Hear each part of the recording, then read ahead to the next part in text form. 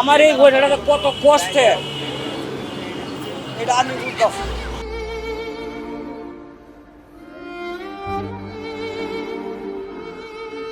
তোমরা আমরা তো শর্মা একান্তি না, আমি বুঝি আমার এই মাল নামের আমি বলে ভালো আছে।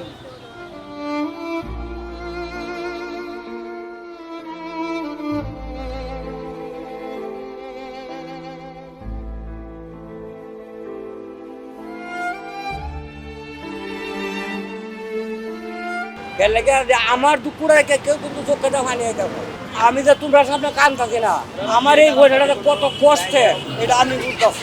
আমি বুঝি আমার এই মাল নামের আমি বলে ভালো আছি। তুমিও পারছো না, আমিও পারছি না, আল্লাহর মাল আল্লাহ লয়ে গেছে গা।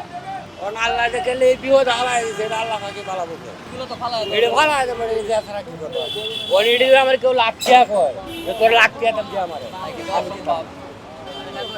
এনে একটা মুরুখ, তোমার একটা মুরুখ আছে 700 টাকার কিনা, 550, 650, 500, 700 এরকম মুরগি কিনা 20টা মুরগি কাটিয়ে না।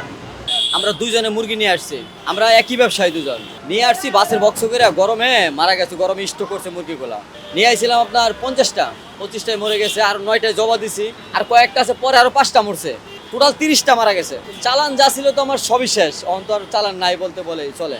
এলে আমার হাঁস মারা গেছে, রাজহাঁস মারা গেছে, মুরগি মারা গেছে, চীন হাঁস মারা গেছে, অন্তর আমার কোনো চালান নাই। বর্তমানে আমি একবারে পথের ভোকে, কান্নাকাটি করলে তো কোনো লাভ নাই, চোখের পানি ফালালে তোর কোনো লাভ নাই যে আমার টাকা কেউ দিবে কিংবা কেউ সহানুভূতির হাত বাড়াবে, কেউ অভিনীতি করবে।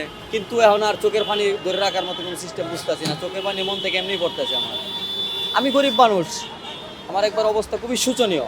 এই ব্যবসা আমার 5 জন চলতো, আমার সংসারে 5 জন, আমি, আমার বউ, আমার বাবা, আমার মা, বোন, 5 জন ছিলাম। আমি একাই রোজগার করি আমার সংসারে।